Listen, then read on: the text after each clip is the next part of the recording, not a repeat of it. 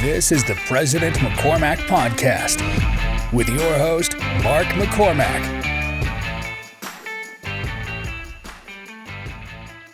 The one and only Brian Pitcher. Welcome to the podcast, Brian. Thank you.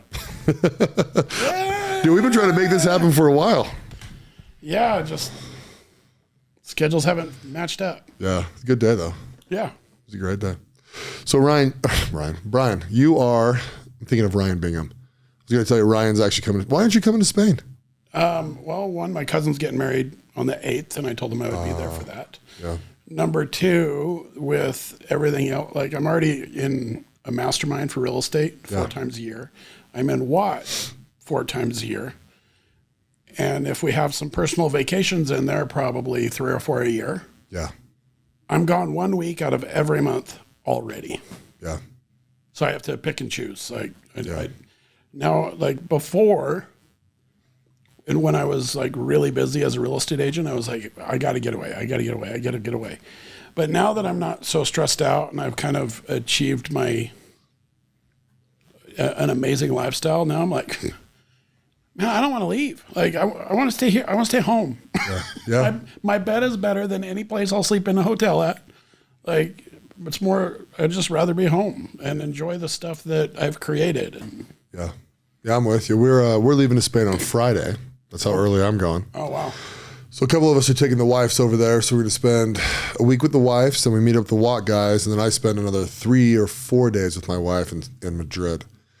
And it was funny because when I was planning this, I'm going to go see some of my clients out there and a couple other things, right? And it should be, and actually, I think every single day is going to be like ultimate fun, right? Yeah.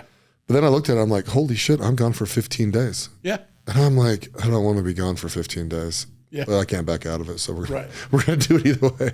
And I don't know. I don't really want to back out of it, but then I'm also like, I'm the same as you though, man. Staying in my house. I'm never at my house.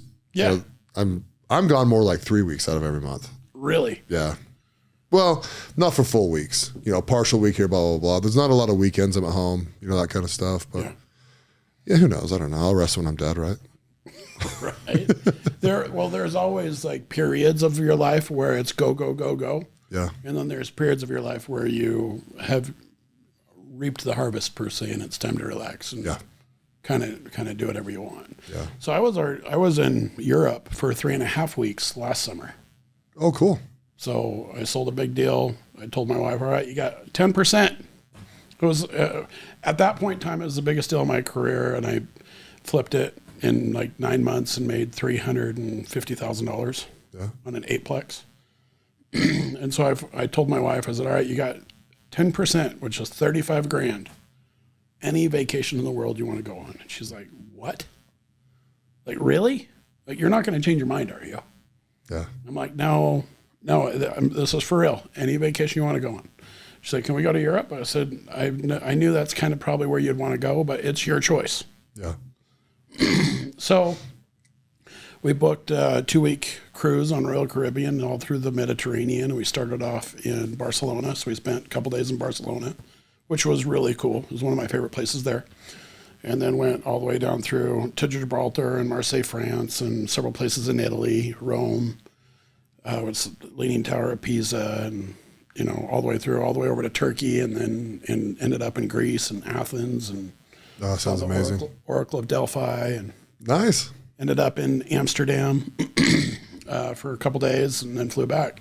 3.5 weeks. I'd never been gone ever for that long of a period of time for a vacation. Yeah. Let alone gone from work for that long. Yeah. And so it was an amazing achievement in my life to get to that point where I could even be gone that long, and everything. It's just all rental properties now, so I could really manage them once a month, and most things are good, and just check emails every once in a while. Yeah. But I told her she could spend 35. We spent 40. Love her. Love it. And we had a great time. We had an absolute great time. My kids loved it. It sparked their desire to travel the world. Yeah. Oh, you brought the kids. Well, there you go. Yeah. Yeah. Yeah, they had to share a room on the cruise boat. Yeah. That was rough. For them. But no, it was a great time. So I've already spent a bit of time in Spain, and just a year ago. Yeah. And we're planning on heading back to France because I sold another deal, which is bigger than the last deal, which I made about $500,000 on it. And so I told Brandy, I said, all right, you got 10%. Where do you want to go? Yeah. We were going to go to Egypt and Sudan, but it's dangerous for Americans to leave the country right now to go to the Middle East.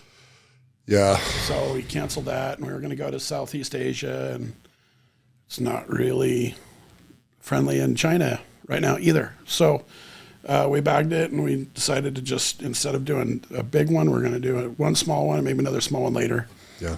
And we're going to go to France and go see the Louvre and Eiffel Tower, and Yeah. I'm excited. You got to head out to Versailles. We're gonna go to Versailles. We're also doing an old castle tour. Nice.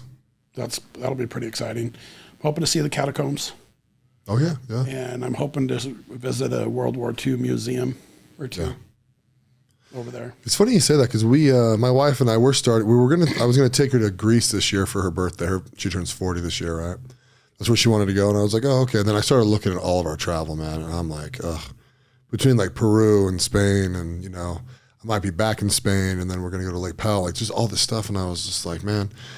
She's like, well, I kind of really want to go there, and I was like, okay. I'm like, whatever, we only live once, let's do it, And we told our kids we were gonna go there, and the look on their faces, dude, was like, how dare you go there without us?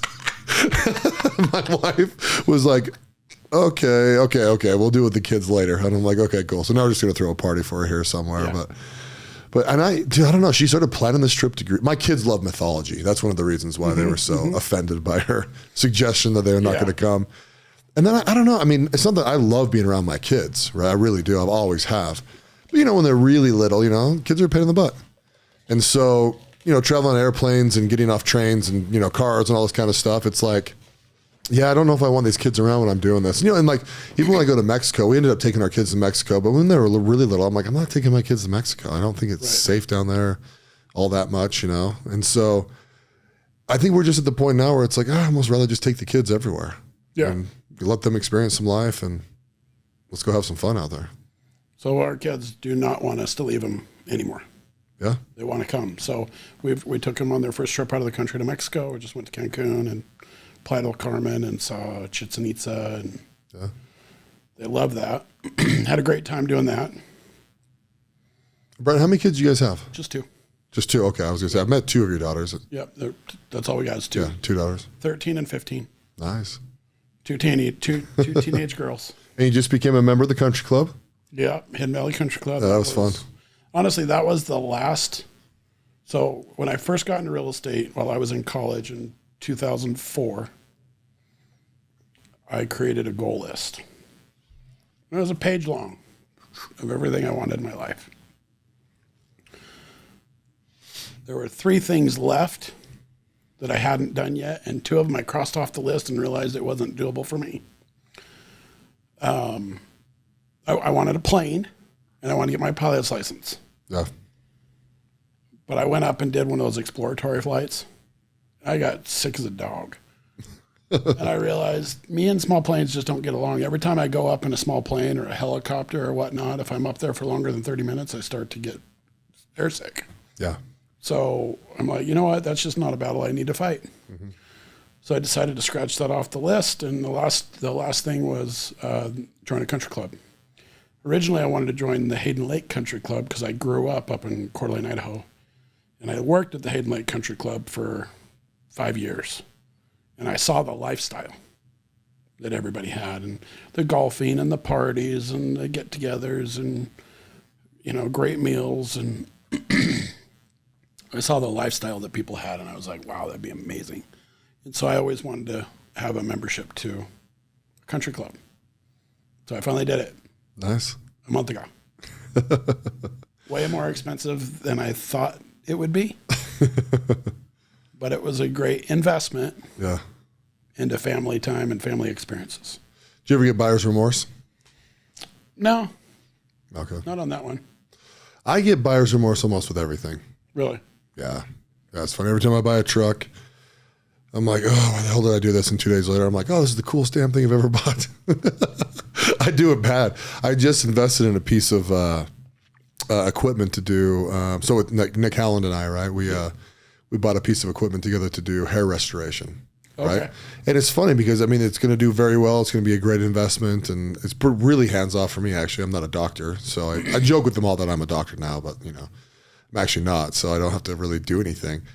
And even the day after I bought it, I was like, oh man, why the hell did I buy this thing? And then I'm like, you know, then like literally the next day, it's like a 24-hour cycle. I'm back into, oh, this is dope, another investment. Oh, this is great. And I don't know, I just get buyer's remorse on almost everything. You're like, not only am I an owner, but I'm also a client. Exactly. Well, I find the irony in the me owning a hair restoration, you know, robot or whatever the hell. Yeah. Yeah, we're gonna. I said to Nick, he goes, "Do you want to try it?" I was like, "Nah, let's just get some people in there." And he's like, "Why not?" And I'm like, "I don't know." He goes, "What's the worst? You're gonna still be bald?" And I'm like, "All right, fair enough. Okay, I'll try this stupid thing." The problem is, it kind of takes you out of commission, right? They numb your head.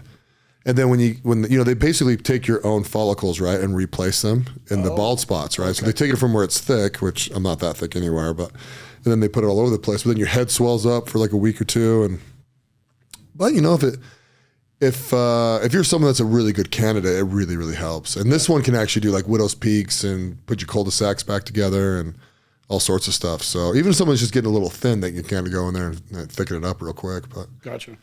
Yeah, we'll see. Luckily, I haven't had a need for anything like that yet. Yeah, lucky man. Actually, for a little while, I thought I did,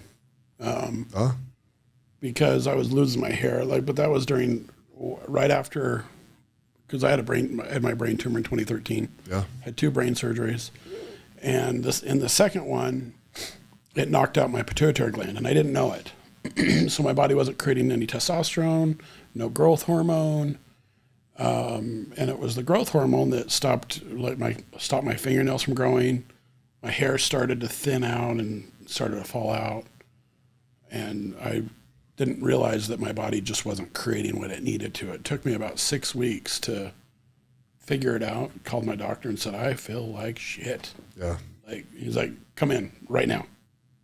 Took some tests. He's like, yeah, you're not creating any thyroid, nothing. Dang. And I was still negotiating short sales, and I was going to work every day. And I was like, man, because I'd had a surgery, and I still had a bunch of Percocet. And so I would take a Percocet, and that kind of normalized everything for me. But man, sometimes I just couldn't control my body temperature. And so I'd get underneath my desk, lay on a paper towel, put the heater right on me, and take a nap because I was like exhausted. Yeah. And just wasn't sleeping well, and come to find out that the issue, my body didn't create any hormones. Yeah, that'd be hard. What was it like going through cancer? Well, it wasn't cancerous, but I mean, because it was a non-benign tumor. Oh, okay. But what happened was the tumor grew around my pituitary gland and put pressure on it. And it caused my body to create too much human growth hormone.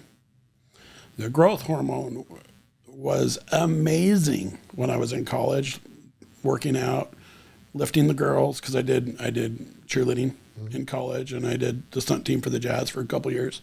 And while I was doing that stuff, I was really, really strong.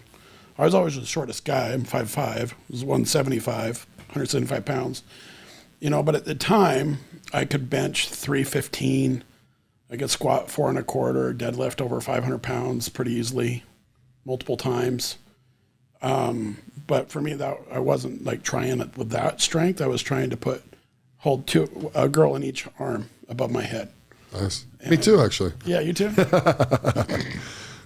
Oh, that's cool. So that's what I did in cheerleading. So while I was doing the cheerleading stuff, my brain tumor actually helped me out a ton. And then, kind of a side note, I was actually doing some energy work and realized that I probably willed that tumor into existence. Because when I was in high school, I was always a small guy. I graduated 130 pounds. Mm-hmm. I was strong, but not that strong, and I wanted to cheer, and I prayed and prayed and prayed and prayed and prayed and prayed and prayed back in my religious days. And but I prayed and prayed to God that he would help me get the strength so that I could do what I really wanted to do, which is do the stunt teams for cheerleading. And a couple years later, I got what I asked for. Yeah. Superhuman strength. Yeah. From my brain tumor. And so that was all fine and dandy while I was working out, but it's the same amount that bodybuilders pay roughly $1,000 a month for at that time. Yeah. And then I blew out my shoulder in a jazz game, catching a girl, and then I didn't work out again. But it was as if I was taking steroids and not working out. It went straight to my joints. It gave me arthritis in all my joints. It hurt to walk. It hurt to go downstairs. Like anytime I'm a pretty active dude. I would love to snowboard and wakeboard and surf and boogie board and all that kind of stuff. And every time I would go do that, my knees would swell up like watermelons, and I'd be tearing cartilage while I was at it. Because what I did not know is that all that growth hormone would go straight to my joints, and it would cause bubbles to form on the cartilage underneath my meniscus. And then I'd go off a jump and I'd smash it and it would just pop. I'd have these flaps of ligaments and cartilage floating around in there, and it'd catch, and then I'd have to go get it cleaned out. And my doctor told me he'd only seen it one other time in his career, what he saw under my kneecaps. So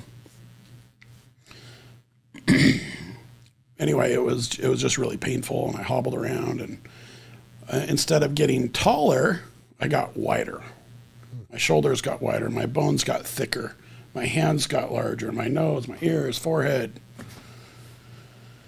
everything got thicker and bigger, and so I have extra large hands. And I mean, even when I got my wedding ring, the place said, "You're going to come back and get this, right? Because we can't resell it if you don't." Right. I can't stand to wear anything on my hands or wrists, no watches, no rings, no nothing. So, but yeah, it was really rough going through that whole brain tumor thing. And honestly, the way I found out about it was I went to my sister's wedding, and her new brother-in-law said, "Hey, your brother looks like he has a condition called acromegaly. He looks like my best friend who has that condition. He should go get checked out." So I went to the doctor, and they said, "Yeah, let's just do a blood test." And sure enough, my growth hormone was off the charts. Yeah. And so then I went in, and he's like, I went and saw the neurologist, and he said, "Yep, okay, let's get you scheduled for surgery." And then, so the surgery is where they go through your nose. They snip the skin, move the septum to the side, and it's straight shot to the front of the brain where the pituitary gland is. And I watched the YouTube video on it the night before I went in for surgery. Oops. I don't recommend that. Yeah. I was curious, but it gave me anxiety. Oh yeah. But I went in, got the brain tumor removed, and said it was a success. And then all of a sudden I started feeling way better, like for several weeks. And at that time I gained the most amount of weight I've ever gained. But I got up to 225 pounds, which that was 50 pounds over where I was at when I got married. Yeah. 7 years before that. So I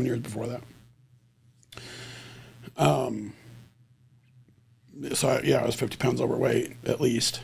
And so I started feeling better, and then all of a sudden I started feeling like crap again. And then I went and got tested, and it was growing back. And they're like, "All right, come back in. We're going to do surgery one more time. This time we're going to be more thorough," because the doctor didn't want to touch the pituitary gland if he could help it. Yeah. And so this time it's kind of like a wrinkled pea. If you look at a wrinkled pea and it has all these little creases in it, he had to take the little scalpel and scrape all the creases and get all the cells out that he could. And in doing so, got rid of the tumor, but now my pituitary gland doesn't work because it got shocked. So he said, if it doesn't come back within a month or two, it's not come back. So now I'm on hormone replacement therapy for everything. Yeah. Which, you know what? half the athletic males are on TRT now, so I'm not. Oh yeah. I just started early. How old were you when you started? Oh, let's see, that was 2013. And let's see, what's the math? That was 10 years ago, and so I was 35. Okay. I actually started at 33. 33. Yeah. Yeah, I went in my 20s, man. I was like a workhorse, right? Like I could work for 16 hours if I needed to. I mean, physical labor at my desk, whatever you want to call it. By the time I was 31, man, I was falling asleep at like 3 o'clock in the afternoon in my office, just super tired. Wow. It's hard to work out. You know, I'd gained a little bit of weight and just like, my gosh, like I just was always tired. And so I was with one of my bodybuilding buddies, you know, trying to get fit. And he was just like, dude, that sounds like you got really low testosterone. And I was like, I've heard of testosterone at that moment, but I was kind of like, what's that? And so I went to a doctor, and sure enough, man, I was like 251 or something like that on the testosterone levels. And he's like, yeah, man, we're going to put you back up at like 800-900. I was like, okay, you know, 2 shots later, I'm just like, you know, back to being Superman again. And Right. it was awesome. And so, but once you start, you can never stop. Right. You can't stop. So, yeah, I've been sticking a needle in me every 3 days for 8 years. Yep. Yeah. Yeah. Yep. I get it. That's life. I'll tell you, it's funny too, man. I know people in their 50s and 60s, right? And they're just like, oh, I don't know if I need that. It's like, don't you want to, it's like a little bit of the fountain of youth, right? I mean, just the vitality that comes from it. And Yeah. I don't know. I think people are silly if they don't get on testosterone. Yeah. I mean, it is a fountain of youth, really, because as your testosterone drops, so does your growth hormone. Yeah. And then, you know, you get osteoporosis, and you get all these issues that come up when you don't have the testosterone and growth hormone in your body. Yeah.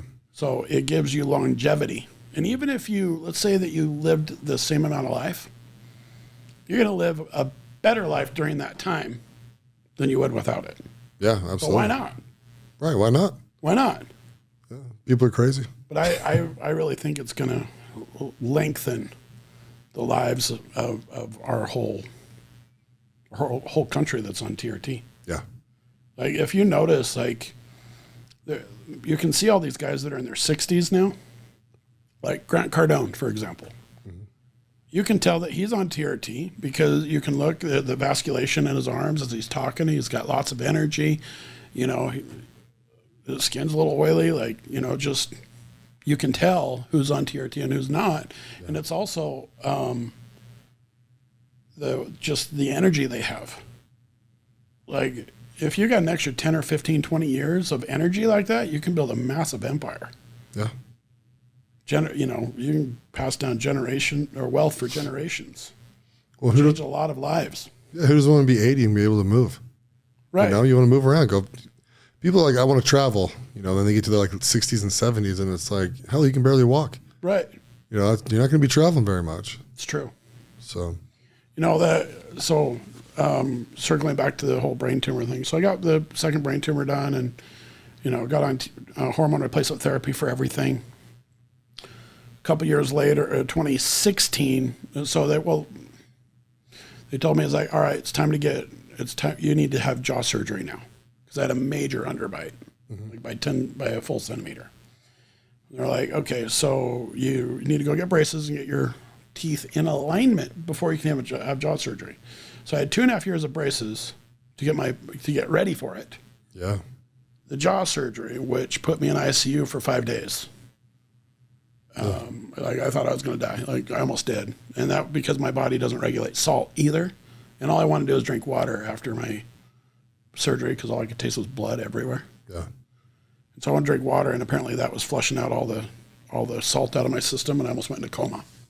So my wife took me to the ER, and I spent 5 days there while they gave me IVs to put salt back into my system.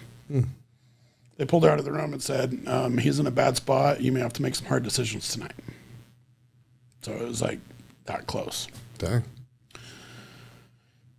And then I had the jaw surgery. They actually cut 5 millimeters out of this lower jaw and slid it back and re-anchored it in. And they cut the whole top section off, moved it forward 5 millimeters, and re-anchored it in. And then I had my jaw wired shut for a week. And then it was rubber bands for months after that. Yeah. to get everything back in alignment. And then 2.5 years of braces after that to get everything to where I could finally chew again. You have 5 years of braces? 5 years.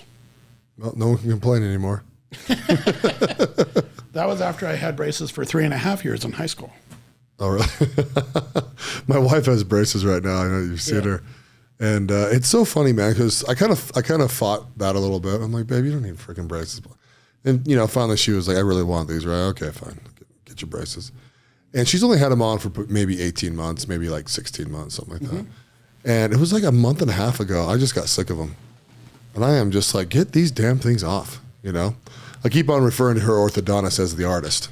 Because he's like, I guess he's really particular. I mean, her teeth look freaking perfect, like perfect. And she's getting them off in August, but I wanted her to get them off this week before we go to Spain, but he doesn't feel it's time yet, So it's funny. I just pitched this attitude on this orthodontist that I've never met in my life, and I've donated a lot of money to his cause because my daughter has braces, and my son's going to get braces here probably in the next year, stuff like that. But yeah, I'm excited for her to get her braces off, and I can't even imagine what it would be like to have those damn things on for 5 years. 5 years, rubber bands all the time. Was it weird to get them off?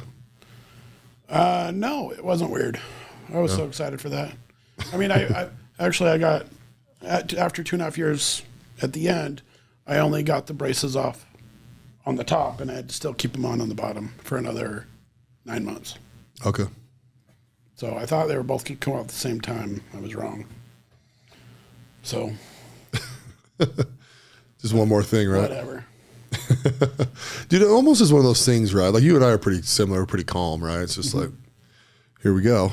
You know what I mean? Like, when people say stuff, it's like, okay, let's go. Like ain't nothing really fight about. Let's just make this happen. Yeah. You can't control where you end up, like where you're at or what's happening to you. You can only control how you react to it. Yeah. And so once you realize that you have no control over what's happening, you just got to control how you react. Yeah. And you can either like it or you can not like it, or you can tolerate it, or you can be really pissed off about it. Either way, that does not change. Yeah. Kind of switching gears a little bit. I'm going to ask you this. Well, not really. I actually kind of leading into this, but we're both in this men's group. We're in the group We Are the They, Jimmy Rex's group. Mm-hmm. We've been in it for a year. What's your biggest takeaway so far? My biggest takeaway.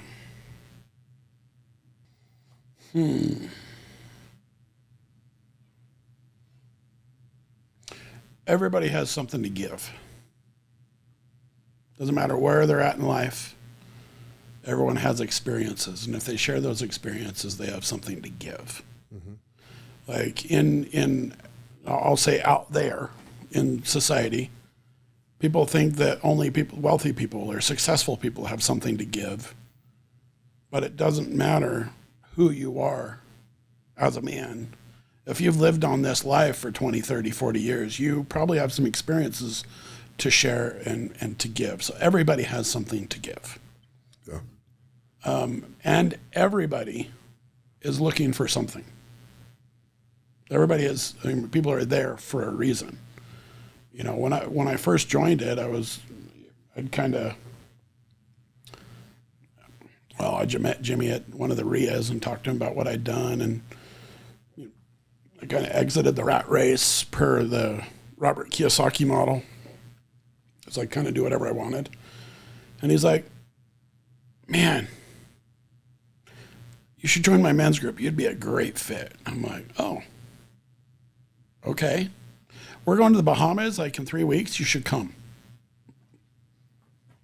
Okay. Send me the details. The next day I wired him $5,000 and went to the Bahamas. And when I went to the Bahamas, I got to hang around all these guys. They're all successful in one way or another. They're all looking to better their lives and through self-development. And usually when you're a man and you're in the self-development world and you're an entrepreneur, it can be a really lonely place because there's very few people that you can actually even connect with. And you come to a place like that, and all of a sudden you're connecting with everybody, and everyone has a different story. Everyone's pretty successful to even show up, but yet everyone's also dealing with something too. And so I joined the next group. I didn't even know there was a next group, but apparently I got joined. joined into the next group. And, that was, I was kind of nervous. I hadn't been nervous in a while for a group gathering. But at the same time, the reason why I joined it was because I wanted to create some better friendships. Because I had more time. I mean, I kind of talked to you about this earlier, but I left the Mormon Church, in 2011, like 11, 12 years ago. And my friendships my friends that are still in the church, we're still friends, but we don't relate very well anymore. Mm-hmm. And so I needed to create more friends that were out of the church. And when you're working all the time, you have a lot of work friends, but not a lot of people you really connect with that you go do things with. I have one friend that I connected with. His name's Kyler, and we go snowboarding and wakeboarding and, to Chile snowboarding, and, we have a great time. And I wanted more friendships like that where I could call someone and, hey man, come over. We need to chat. Or, hey, I need some support. Or let's go have some fun. And we can go out and have some fun. Wanted to create some more friendships like that. Preferably men that had wives that would come too, so I could get my wife to come too. Yeah. Right? And so that's the whole reason why I joined, was to create some better friendships, some better relationships. And, you never know where that's going to go. And I just went into it with an open mind, and, I had no idea there was going to be a bunch of self-development work in it, because I've already done a ton of that. Yeah. So I thought all that was going to be review. But man, having us jump off that freaking cliff, that was fun. That was fun. Man, that was the scariest thing I've ever done. I've done a lot of stuff. Yeah. And I can stand on a cliff like that and look down. It's not a big deal. But the moment that I realized I was going to jump off of it, it made me queasy looking over it a little bit. Yeah. Swimming with sharks, that was fun. Let's see. We going to Iceland, that was pretty cool too. Iceland was a lot of fun, I thought. Iceland was a lot of fun. Yeah. And you and I spent a lot of time in Iceland together. A lot of time. That's where where our relationship really got deeper, staying in that same Hotel B. Yeah, Hotel B. Yeah, exactly. Yeah, we drove around. And you and I we were swimming partners when we did the that snorkeling or whatever. The snorkeling thing. You and I snorkeled in the clearest water in the world, but it was also 32 degrees or something like that. Right. Or maybe 33 degrees, right? Might be 31 because it was flowing. God, it was cold, dude. It was so cold. And we were in dry suits, but yet it was still leaking in. Yeah. I remember you would tell me about you were kind of freaking out over there. Like, oh, yeah. Yeah, so for people that don't know what we're doing, it's like this kind of flowy river into like this lake, right? And we are head to toe covered in, 45 minutes to get these stupid suits on. Got to use baby powder. It's a whole production. Right. And you're actually supposed to get a little water on you, but not much, right? Yeah, but like you in your hands a little bit. Or you would. If you peed in it, you were going to be. You're not going to be happy. But so you basically just lay on your stomach with your head in the water and your legs and arms. You kind of just float down this thing, and I moved to the side to kind of look at a fish or something. I don't know what the hell was in there. I was looking at, and I got some water down my snorkel. So then I was like, which is dumb. I could have just drank it because the water is actually so pure there. It's not a big deal to drink it. So I hits my mouth. I'm not expecting it. I push it out. Then I push all my air out. Then I start freaking out. So I get up like this. And I'm just waving around this water for a second, kind of freaking out. I'm like, dude, Mark, chill. And I kind of chilled. And then I looked around and everyone was just head under the water, just kind of going smooth. So I just lowered myself back in the water. I'm like, oh, cool. No one saw that. Yeah. Yeah, it was fun though. What else we do? We did a lot of fun stuff there. All the glaciers and waterfalls and just messing with each other and having fun. I was hoping to go snowmobiling, but we didn't get to go snowmobiling. Oh, we did not, huh? I'm not going to lie. I was not upset we didn't go snowmobiling. I think Jimmy learned on that trip. It's like, oh, okay, I can't pack them from 6 a.m. to midnight every single night. These guys do have to sleep. Of course, the first night we went to a club till 2 o'clock in the morning, but right. That was a self-inflicted one. Self-inflicted. Yeah, that was a lot of fun. And then what else did we do? Let's see. We did St. trucks. George. Oh yeah, we did St. George. Yeah. and did the hike, and everyone got to carry you. You're welcome. That's a weird thing. Yeah. It's weird being my size because I'm like, no, let's pick a little guy up. It's like, no, you got to pick the biggest guy up in your group. And it's like, ugh, I don't want you guys to hold me. Like, you know, it's like this weird mental thing. God. And here's the funniest part about that. Were you in my group that actually picked me up? Oh, okay. I was going to say, I don't remember you. No, I was glad I wasn't in your group. Yeah. But dude, it actually started hurting my back, like big time. Just, you know, because they're kind of holding you, they're kind of pulling your leg, you know, just like they can't really get you. My back's not supported at all. I had a back injury. And I remember it like starting to really hurt. And I was like, there is no way I'm complaining about this. Like, will not complain about this. So I was like, all right, I'm just going to take this. And you don't actually know when it's going to end because you don't know when Jimmy's going to make it stop, right? But yeah, dude, when they finally put me down, dude, I was hurting. Like I might need a painkiller later hurting. Wow.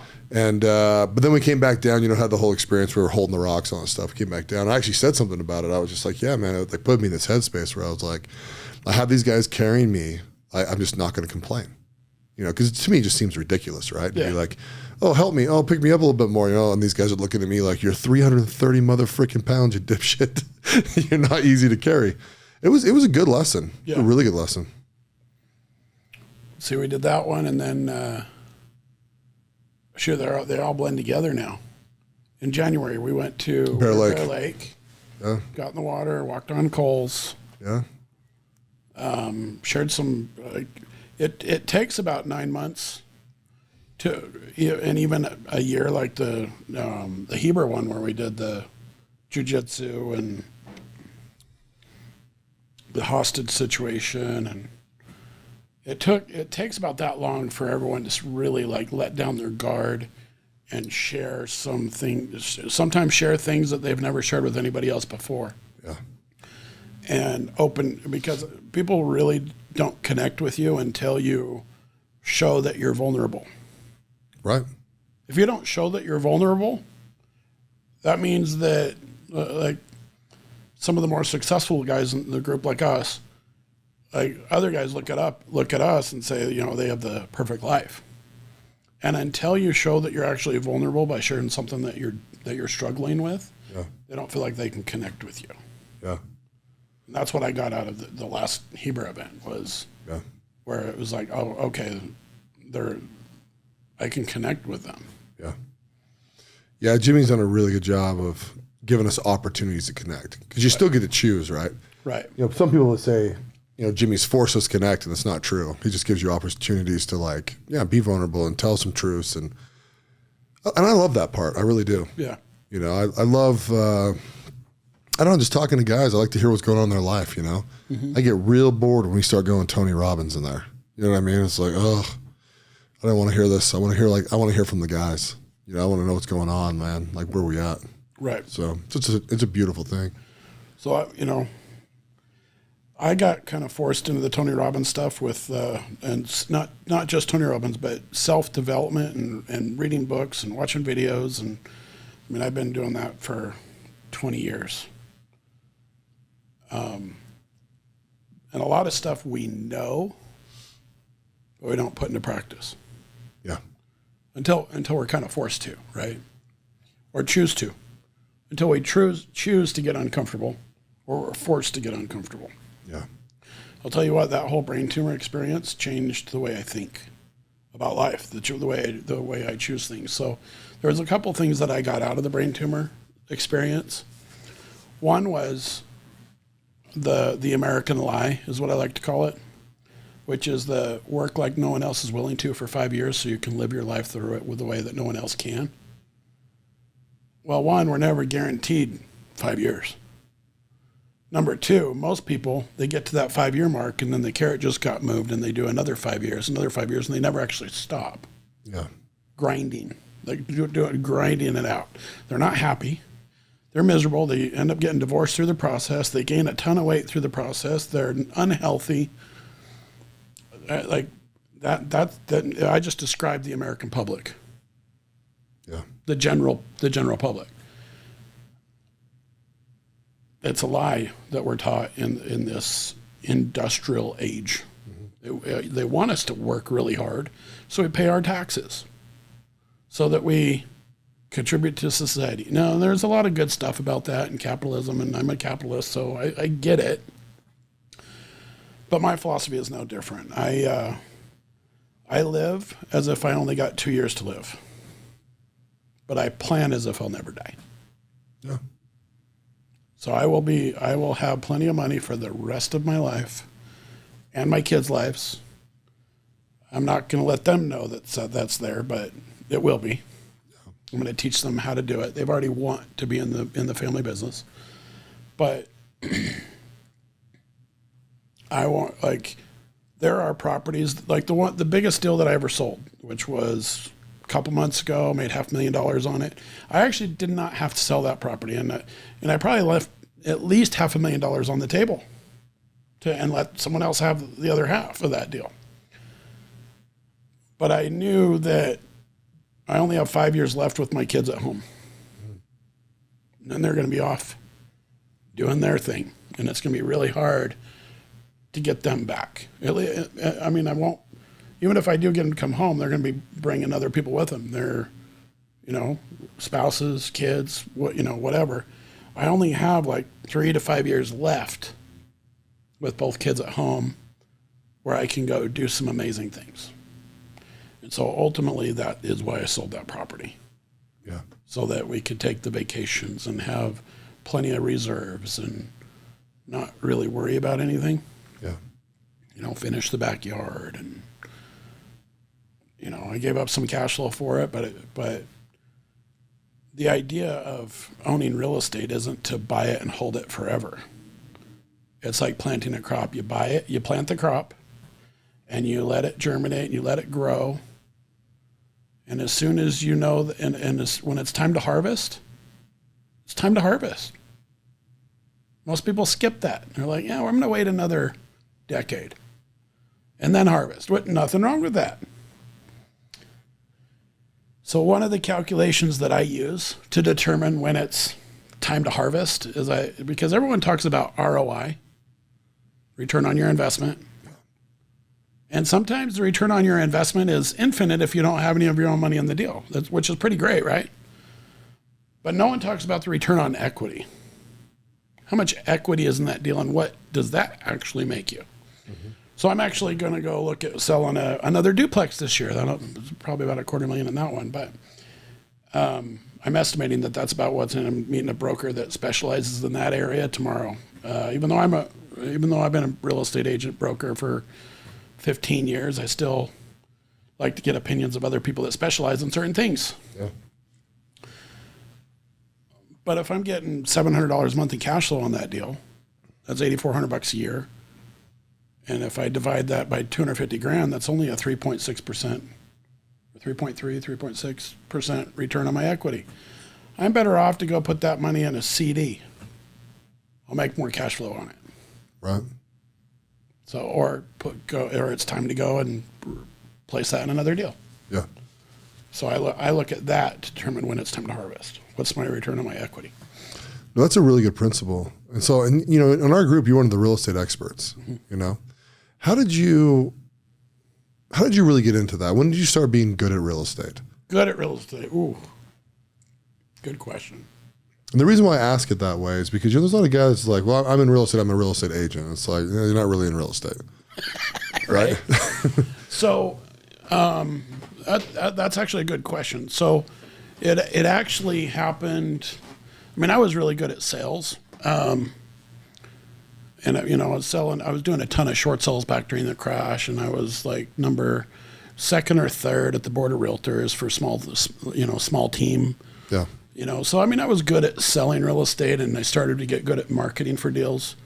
But I wouldn't even say that I was great at real estate at that time. That's when I got to be really good friends with Jimmy, because I was negotiating all his short sales, and he'd get opportunities to make offers on my short sales to flip. When I had my brain tumor, actually, I mean, come back to the brain tumor story. I was sitting on the top 8th floor of the Intermountain Medical Center. First thing in the morning, and I'm looking out over the Wasatch Front mountain range, sunrise coming over it. I was like, man, that is beautiful. And if this goes wrong, that's the last thing I'll ever see. Yep.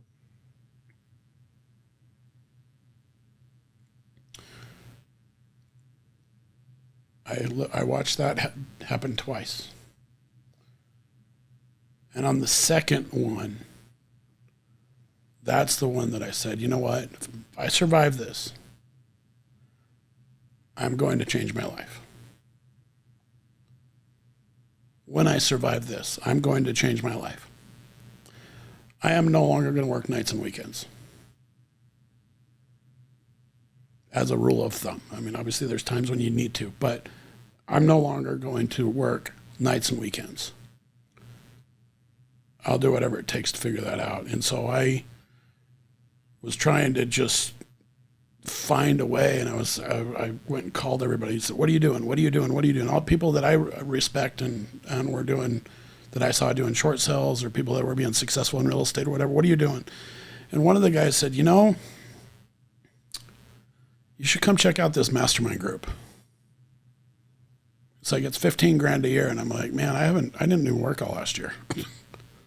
I've just cruise control on my listings that I had, because I held an inventory of 50 to 60 short sale listings at any given time. Yeah. You know, I'll sell 100 homes a year, but when your average commission is $4,000 each, and you got 2 assistants and a short sale negotiator and marketing and everything else, when it whittled all down, I wasn't making that much money. But I was doing better than most were at that time, but I wasn't doing as well as I used to do before all of that happened. So I ended up joining this mastermind group, and joining the mastermind group, which I negotiated a payment plan on it because I didn't have enough money, and I didn't even qualify as an investor. This was a mastermind for investors. I qualified for my short sale experience because people were still buying short sales to flip, and so that's why I got in. And it was this was a collective genius. It's now massive. But I was there when there was less than 50 people there, and I was in that group for 4 years. So I paid $60,000 for my education through Collective Genius. And I would say that once I got to see what was possible with other people and other investors in their markets, and I got not only call them and say, "What are you doing?" They said, "Hey, here's what I'm doing. Here's my script. Here's what I'm doing for marketing. Do you need me to walk you through how to do it?" And they helped me set stuff up in my own market, and I started flipping a ton of homes. In 2015, I flipped 42 homes that year. 2017, it was between 35 and 45 for several years in a row, and it was the first real money I ever made in real estate. And that's when I would say that's when I started to get good at it, because I got to go and negotiate deals straight from homeowners, buy their properties, and either flip them myself or assign the contract, or close on it and then sell it to someone else, or list it, or that's when I got to go and look at a deal and say, I could do this, or I could do this, or I could do this, or I could do this, or I could do this. Which one do you want me to do? How would you like this to go? Mm-hmm. Any one of those works for me. And it was always just looking at everybody's scenarios and saying, here's what you could do. And then since then, now I do that with people's finances. They say, what can I do to create some cash flow? What can I do to invest? And I said, well, let's look at your whole situation. And we look at the IRA, the old 401k, and we're looking at stock market. We're looking at real estate. We're looking at everything that's going on. I said, well, you could do this, this, this, this, or this. What do you want to do? Here's what's possible, depending on your tolerance for risk, but also on what your needs are. And so just looking at so many people's scenarios, hundreds of them, I started to see a common theme, and I started to push for that. So I would say it wasn't when I first joined the mastermind or when I started hanging out with people that were being really successful and paid to be part of a group. That's when things changed for me. Yeah. Why do you think that makes such a difference? Everyone's paying to be there. They value it more. You value, if everyone was invited to be there for free, no one would get the value. Yeah. They wouldn't get the value unless they're used to that model. When people show up and they have to pay 15, 20, 25 grand to be there, they no longer step out to take a phone call. They're there in their seats the whole time. Doesn't matter where in the country it is, they are there and they're present. It is also, you have to go to give, and if you're not willing to give, you won't receive. Right. Right? That's a universal law. If you're not willing to give, you won't receive. So when you go in front of the room, you say, here's what I'm doing. Here's what's working. Here's the model. Let me give it to you. And then at the end of the presentation, which is usually half an hour long, you say, here's what my struggles are. Can anybody help me with what I'm struggling with? And then everyone starts saying, oh, well, you could do this, or you could do this, or you could do this. And at the end of it, then you're connecting with the one person that knows exactly what your need is, and they're going to help you solve your need. And really the goal when you go in there is to try and solve someone else's need with something that you have. Yeah. Knowledge that you have, a skill set that you have. And I think that if you go willing to give, then you'll get all the help that you could ever think. And most of the things you get help with, you don't even know you needed help with it. Right.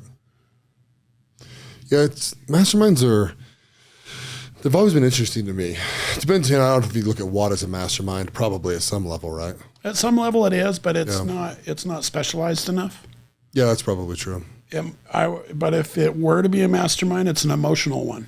Yeah. Yeah, you're right. See, it's funny in my world, I don't even know who I'd mastermind with.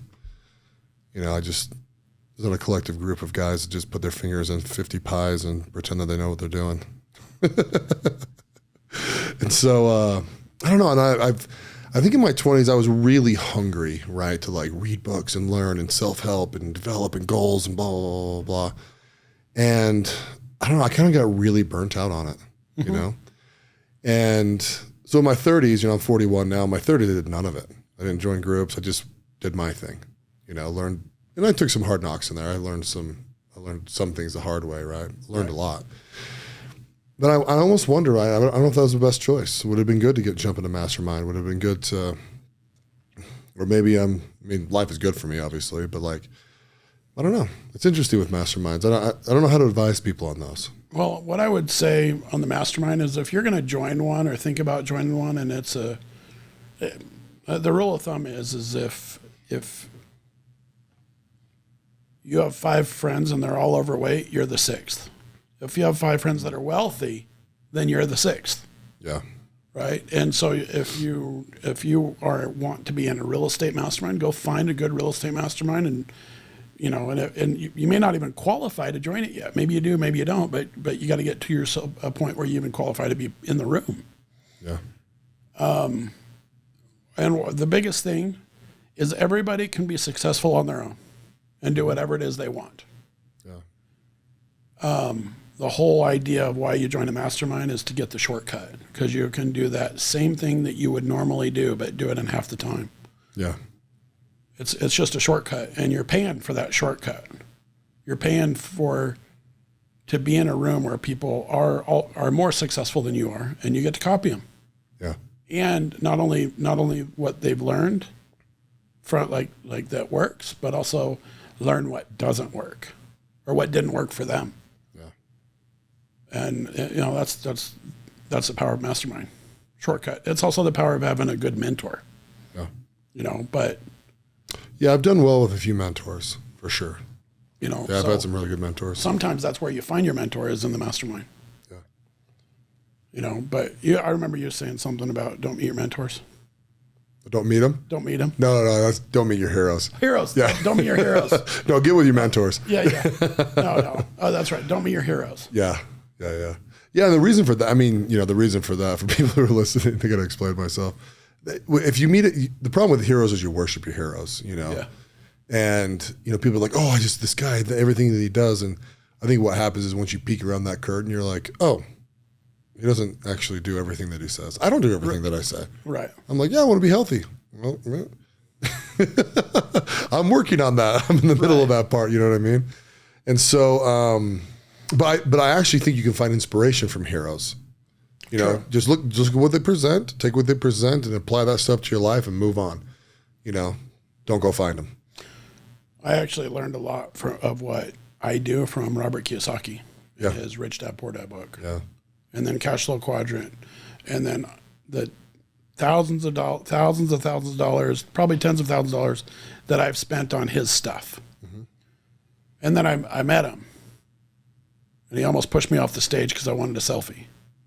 And I'm like, really? Like, I was crushed. Like, what?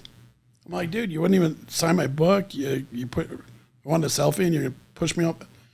Whoa. Which is insane for him, by the way. Insane. Because didn't he's gone through a period, just to talk a little shit on this guy, right? For pushing you off the stage. I mean, he went for a period where he went a little dark, and I think he lost a lot of money, and now he's kind of come back into the spotlight, right? Because he's got to kind of make some money back, right? Right. Yeah. So, well, he did have a couple of heart surgeries. Yeah. Honestly, I've talked to people that know him personally, and he's become a real big asshole. Yeah.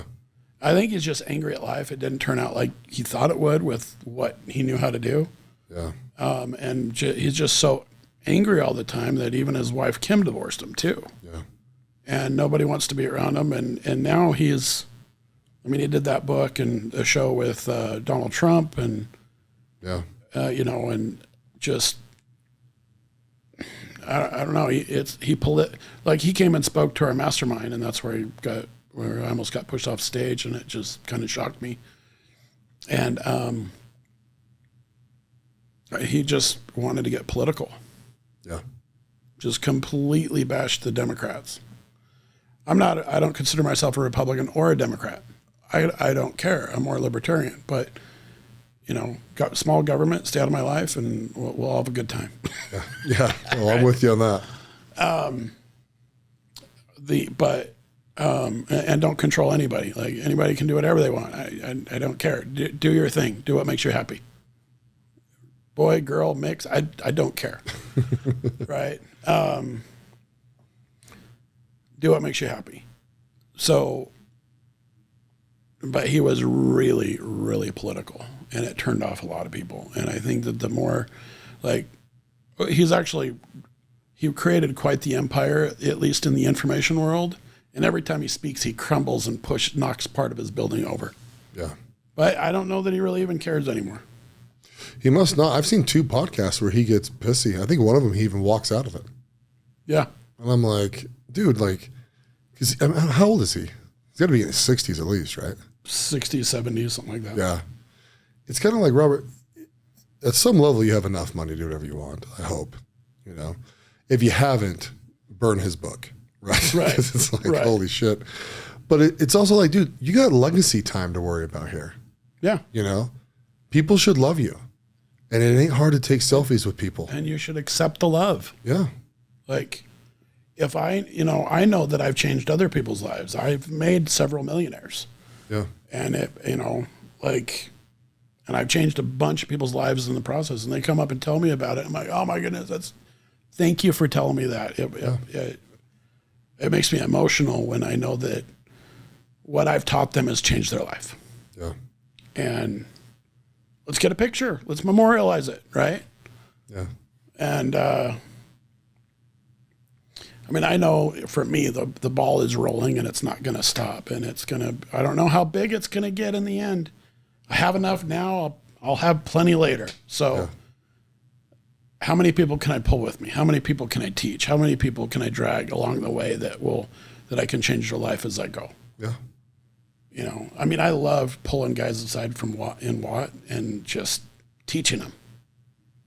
Don't do that deal, man. Don't do it. Yeah. Or, hey, if you're going to do it this way. Yeah. Do it this way, or get out of it. Get out of that deal. Whatever it takes, get out of that deal. It's not going to get any better. Yeah. I'm the same as you with that. And I have this thing inside me, right? I don't want to be the guy that's just poo-pooing everything, right? Yeah. But I want to be the guy, okay, here, this is why you don't do that. This is why, yeah, exactly. Change it to this, that may work. Or do this whole totally different thing. Yeah. I mean, it was like me, right? When we were in that one, like mini mastermind, right? And I was just I will never forget what you said. Let me say it though. Yeah, go ahead. So I own 3 storage unit facilities, closing on another 4th, and I was raised, and people said, "What's your need?" And we went on the circle on what is your need, and my need was I was trying to figure out how to come up with a couple $1 million to close on the storage facility, and I'm raising money, and Mark said, and I quote, "Brian, quit fucking around with real estate and go buy a business. You'll thank me later." Quote. He's telling truth. And I'm like, what? No one's ever told me that before. Maybe I should think about this. And I've actually thought about it. Yeah. And I'm like, my goodness. And as I've looked into businesses and what they actually make and what you can actually do by buying a business, I'm like, man, I have been missing the boat. I mean, I've created an amazing lifestyle with real estate, and that's not going to go anywhere. Right. And I see now why Tony Robbins and other people say you make money with business. And if you're not going to own a business, you invest in other people's business through the stock market or whatnot, like specifically not like mutual fund style. Mm-hmm. But if you run a business, you make a ton of money running business, like cash flow wise. Mm-hmm. Ton of money. You don't even have to be in it. You just need to own it. Right. Own the business. It'll kick off a ton of cash flow, and you store your wealth with real estate. Yeah. He said real estate is not a great way to make money. And I'm like, what? Like that, Tony Robbins said that in his book, Money. Oh, did he? Okay. Yeah. So real estate is a great way to store real estate, not make it. Yeah. Unless you're a dealer in that, which I was. Yeah. I was dealing real estate. And I made a ton of money doing real estate, but I probably could have been at the same spot I'm at right now a decade ago if I'd have just bought a business. Yeah. And then I would have went and bought a bunch of real estate to cash flow and hold my real estate in. And what's great about owning real estate is I don't have to pay any taxes because I get depreciation. I get to front load all my depreciation and wipe out my income taxes.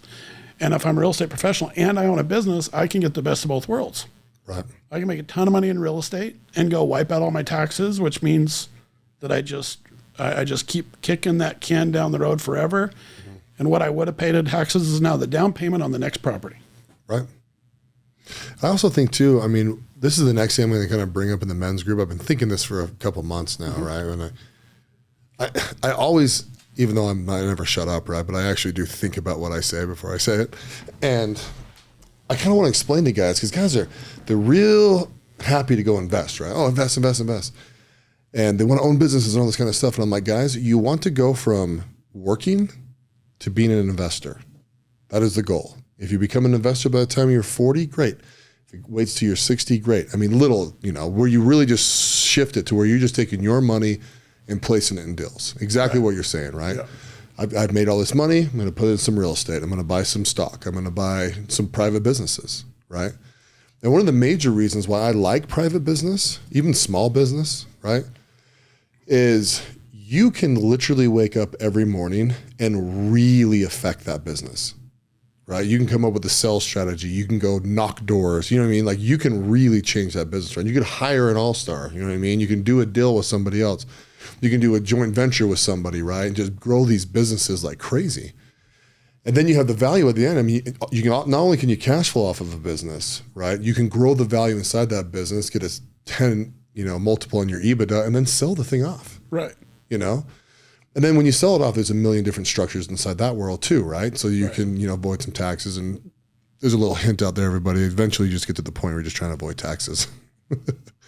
But you know what I mean? It's like, there's so many good things inside that. And here's the problem. Like my biggest problem with real estate is I can buy it, I can value, I can get into it. But once I own it, there's not a lot I can do to it, right? I mean, yeah, you can renovate some stuff, and flips are a different thing, right? I mean, you see some value in there, you see the spread. I'm going to have to put 30 grand in, 40 grand in, then I can flip it for this amount of money. But some of that is a lot of work, you know, but if you're just buying and holding, I mean, you're really dependent on the market moving up and down, which eventually it always moves up over time. Right. Another thing too with real estate is I look at real estate when I buy it, it's a 20-year horizon for me, right? The real crushing value in that thing is, it could be 10 years too. It depends on your market, but really it's a 20-year horizon. Right. And so, yeah, but when people talk to me, I kind of like to shock them a little bit and just say, yeah, real estate sucks. Everyone's like, oh, what the hell? I've read 30 books about this. What are you talking about? Real estate it's easy. To be honest, for the average person, if they went and bought 4 duplexes for what, $500,000 each, right, at today's values in Utah, and then you just and it didn't whatever cash flow you had, you put it in the bank and you use that to fix it up as you went. And let's say there was no cash flow whatsoever, but it just paid for itself. Yeah. Well, every decade it's going to double in value. Yeah. At a 6% or I forgot 7.5% inflation / appreciation or whatever you want to call it. Yeah. Every decade it doubles.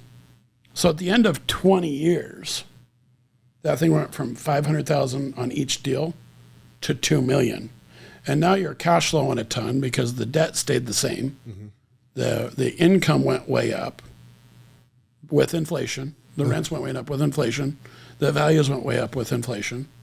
Like, it's the only thing where you can take part in the inflation and have inflation come to you versus paying it all the time. So if the average person went about 4 duplexes, 1 a year for 4 years, and then that's all they ever did, they would be able to retire a multi-millionaire. Absolutely. And in 20, 30 years, they're now a decamillionaire just because they own 4 duplexes in their personal residence. It will change their life. And they don't even have to manage it. They can have a property manager manage it. And they just need to know, don't sell those. Just let them ride until they're paid off. If that's, good investors will trade. Yeah. So they don't have to do all the work on remodeling all the time. Yeah. Good investors always trade into other properties. But at the end of the day, if the average person just did that instead of investing in their 401k, they will actually be able to retire. Absolutely. So yeah, that's a good principle too, right? Like 401ks actually suck. Unless you can self-direct them some way. If you can self-direct the 401k, convert it into IRA and self-direct that. But if it's attached to a company, you can't do that. No, and it's all risk tolerance, right? Because the company can't take on the liability of you just willy-nilly and doing your crap because you end up being stupid and then buying some stupid stocks and you're freaking tank this thing. And so they force you into mutual funds. Right. Mutual funds are garbage. They're garbage. They're all garbage. Those are designed for mutual fund managers to make all those fees. Absolutely. So they make tons of money off of you putting the money in their mutual fund. Yeah. But you can guarantee that you're going to lose a little bit of money every year. Yeah. Yeah. The problem is most of that stuff, you don't figure it out till you're 50. You don't. You're like, what in the hell? Why is this thing not worth more? No one's teaching it, and no one actually pays attention. It's set it and forget it, right? Right. And, they at least double the amount of money that people put in there because the employer matches. So that's a good thing. But as soon as it's doubled, it doesn't grow from there.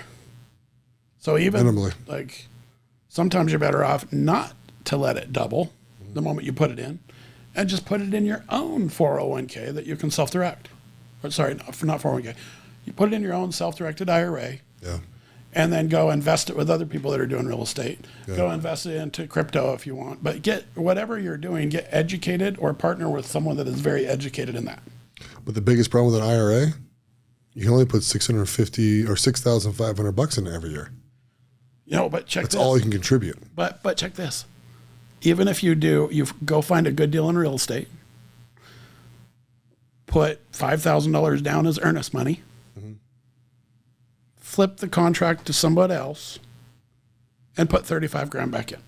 Oh, that's true. With a $30,000 assignment fee, right? Yeah. If you can't do that as your primary. If you're marketing for deals, you can't do business with your own IRA, so that's kind of a private transaction. But if someone else brings you a deal, and you decide as an entity that you're going to do that deal inside your IRA, and then you're going to flip it to someone else and make a wholesale fee in there, or you get some lending fees, or you invest it in crypto and get some massive growth in there. You have to do, if anything's going to be inside an IRA, or even like convert it to a Roth IRA, make sure that is risky as hell. Because that's the only way you're going to make enough money in it to have it make sense. Yeah. But make sure that you have the opportunity to make a ton of money in that thing. Yeah. Which is funny. I'll admit it on my podcast. I'm not good at messing with my IRA. Another problem is too, once you make over $250,000 or something like that, you can't even put money in it. Right. Stupid as hell. Put money in it. Yeah. You can, but not directly. You have to do it through a SEP and then roll it. Yeah, like you're saying. Yeah. Right. Yeah. So there's different ways to do that. And I've done quite a few of those. But, you know, if you're a real estate professional and you depreciate everything, dude, my kids qualify for free lunch at school, man. Why not? You're paying for it anyways. But I pay a ton of property taxes. Yeah. I was going to say, he's not saying he pays no taxes. He's just saying he gets this lower income rate. I have zero income taxes. In fact, I had $500,000 carried forward from last year. Yeah. From depreciating real estate, which is an amazing thing that you can do as an investor. Yeah. And if you don't know that, like, learn it. Yeah. Because that's, if you're a real estate agent, or you're in real estate, I guess you can't, as a lender, you're W-2, so you're not a real estate professional. But anybody else that's 1099 in real estate, consider yourself a real estate professional owning a rental property or two. Man, if you're not taking advantage of those tax laws, you're missing the boat completely. Yeah, absolutely. Well, my friend, we've hit our time. Have we? Yeah. Dang it, man! I love talking to you. I know. I love talking to you. I need your best 2 minutes of advice to close us out. Best 2 minutes of advice. That's a great way to end it. Live as if you only have 2 years. Create memories, not dreams. People die with dreams. I'd rather die with memories. Do what you need to do to create those memories with your family while you're young. Do the cool stuff while you're young and your body can handle it. Like, I just went to Chile snowboarding last year. It was amazing. Not what I expected, but it was still amazing. Utah is the best snow on earth. Plan as if you're never going to die. If you help as many people as you can, whether they have something, it's not a transaction. When you help people, it's not a transaction. Lots of transactions happen because you help people, but you have to be willing to give without expecting to receive in order to receive full fulfillment in your life. Tony Robbins calls it the 6 basic human needs, which is, there's significance, love and connection. Most people want love, but they settle for connection, variety, and certainty. And depending on, most people are born and focused on 2 of those first 4 based on the way they grew up with their parents, and partially just their own internal personality. Everybody should strive to get to that point of growth and contribution. Always be growing and always be giving back.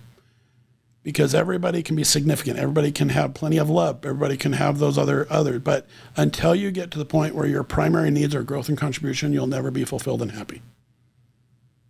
Having all the money in the world does not make you happy. Helping other people through contribution and always growing as a person yourself will truly make you happy. And so growth and contribution, if you're not focusing in on that, you're completely missing the boat. Yeah. Thank you, my friend. Mm-hmm. Thank you for coming on the podcast. You're awesome, Brian. For sure, man. Thank you. Love you, brother. I love you too, dude. Thanks for listening to the President McCormack Podcast, brought to you by McCormack Foundation, Saxton Fund, ADP Lemco, and Professional Floor Systems. Make sure you subscribe to the podcast and keep up with Mark on Instagram @President McCormack.